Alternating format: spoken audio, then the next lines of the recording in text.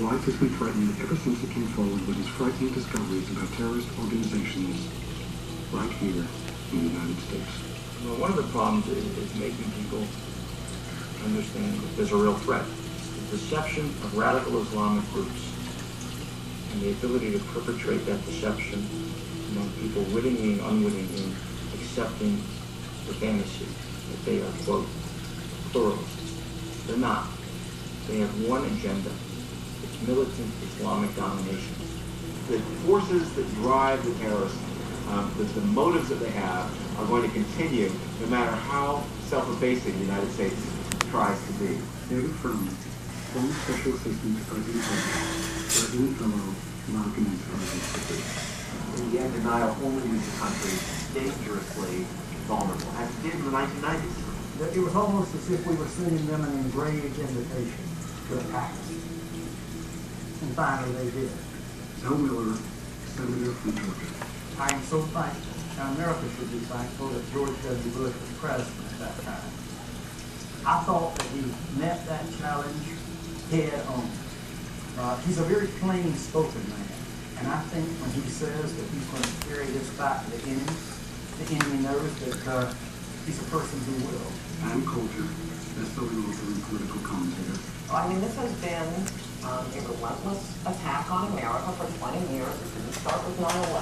That was the most spectacular attack within America's borders on American soil. But this has been going on for 20 years. I mean, I don't know what you say to that. It's like someone saying the sun rises in the west and sets in the east. It's been attack, attack, attack. The Khofar Towers, the embassy bombings, the attacks on our troops in Saudi Arabia, abroad, the West Berlin discotheque, which Reagan retaliated for.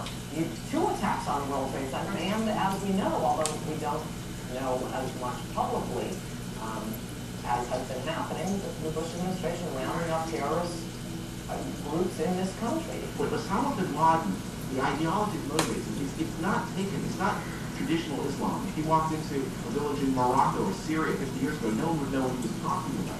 In 1996, bin Laden was in the Sudan, in Africa, and the Sudanese were on our terror list, and they went to the United States and they said, where should we send you? And the United States at that point could have said, to us, clearly could have said that, and didn't.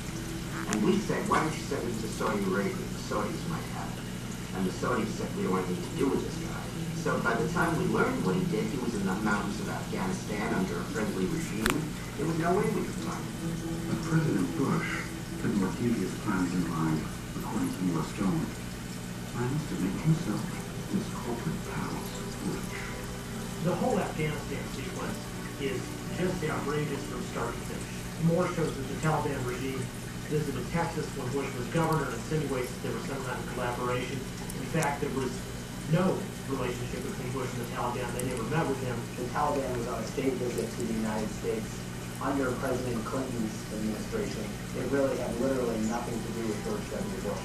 When an administration wants to invite the foreign leaders of the country in, they tend not to stop and ask permission of the governor of the particular state to where they're traveling. Moore claims that Bush invaded Afghanistan so that Unocal could build a pipeline through Afghanistan to transport oil. Turned out he did bad research. The company that went through Afghanistan was backed by Bill Clinton, who was president at the time. George Bush was backing a different plan that would have gone nowhere near Afghanistan and didn't require any dealing with